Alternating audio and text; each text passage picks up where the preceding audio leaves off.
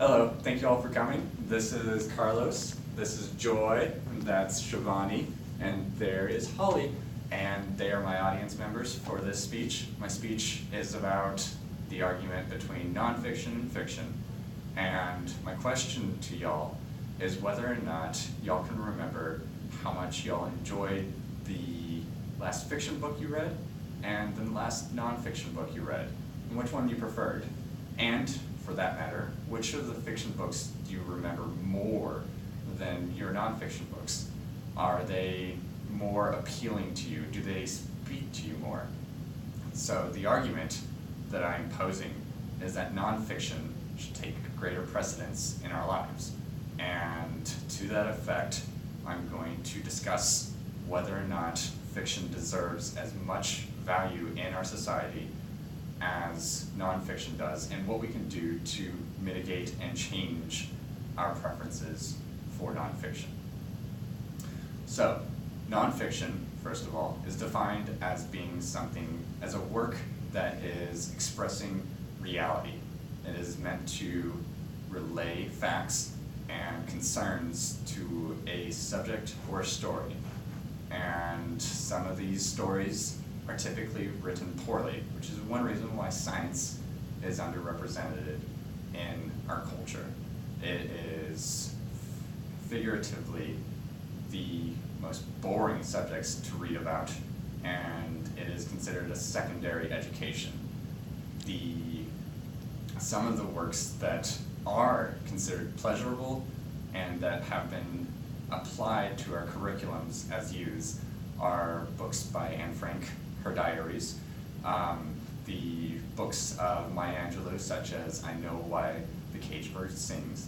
And personally, I've read a book about the Democratic Republic of Congo and how it was dealt with by Belgium colonization. The book is called King Leopold's Ghost, and it relays the tragedy that colonization has dealt to the people of the Congo. And there is a multitude of subsequent books, such as The Heart of Darkness, which have also expressed the issues that such colonization has done. But these books are relatively boring. Most people don't enjoy them. And they do enjoy fiction. Fiction is something that is not real. It is what we would like to be real, what we would like to express as reality. And Stephen King is a well-known representation of fictional works. He has sold almost more books than many other established authors, including George R.R. Martin in his Game of Thrones series. What he likes to express in his books, Stephen King, is that people have innate concerns and desires and thoughts that they don't get to outwardly show or facilitate in their lives. They struggle with these thoughts, with how to express them, with how to relay them, and with how other people may be concerned about that information in relation to them. His books are filled with dark concepts that people are not allowed to discuss according to societal norms, and they entrench us within those concepts as we desire an escape from our own reality, and we add in how boring reality can be. So, what I would like to promote instead of this is that nonfiction can be more expressive. We can relate exactly what we want to say. We can relate exactly what we think to our reality. And I think that our children should be taught likewise.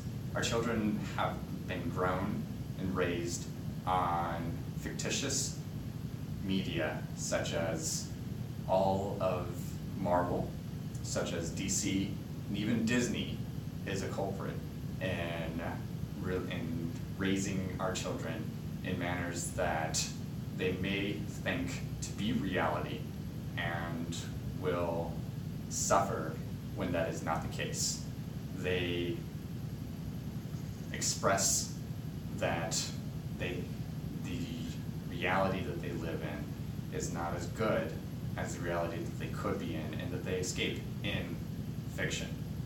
And so our teachers should promote how good nonfiction is, how to turn their thoughts into nonfiction in a positive and endearing manner, and then how to add vitality to nonfiction.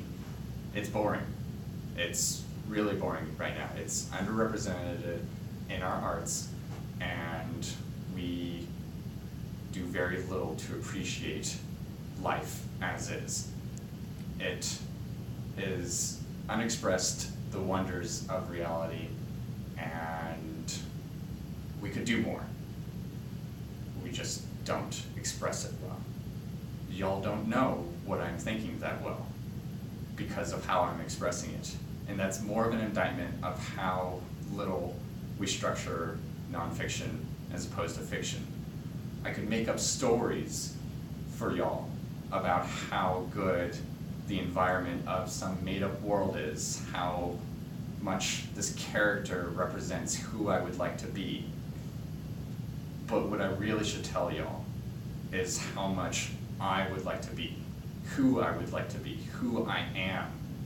And that's where nonfiction can improve.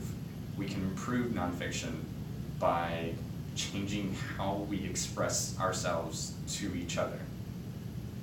And that's what I would like to focus on. I would like for people to change the balance of a heavy fiction diet to a balanced nonfiction and fiction diet, where we don't perceive fiction to be superior to nonfiction, where nonfiction is as readily enjoyed as the next Marvel movie, such as the movie Hidden Figures or Hacksaw Ridge.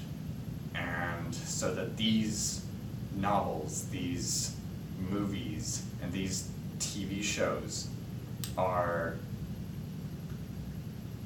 better characterizations of how we would like to live. They help us model ourselves for our future, as opposed to a future that we cannot realistically make. Reality is much more important than fiction, and we need to live in that reality. We need to embrace that reality. We don't need to escape from that reality. It is important to us because we only get one chance to go through reality, and we are not helping ourselves by stating that reality is less than fiction. Thank you all for coming, and I hope you all have a good day.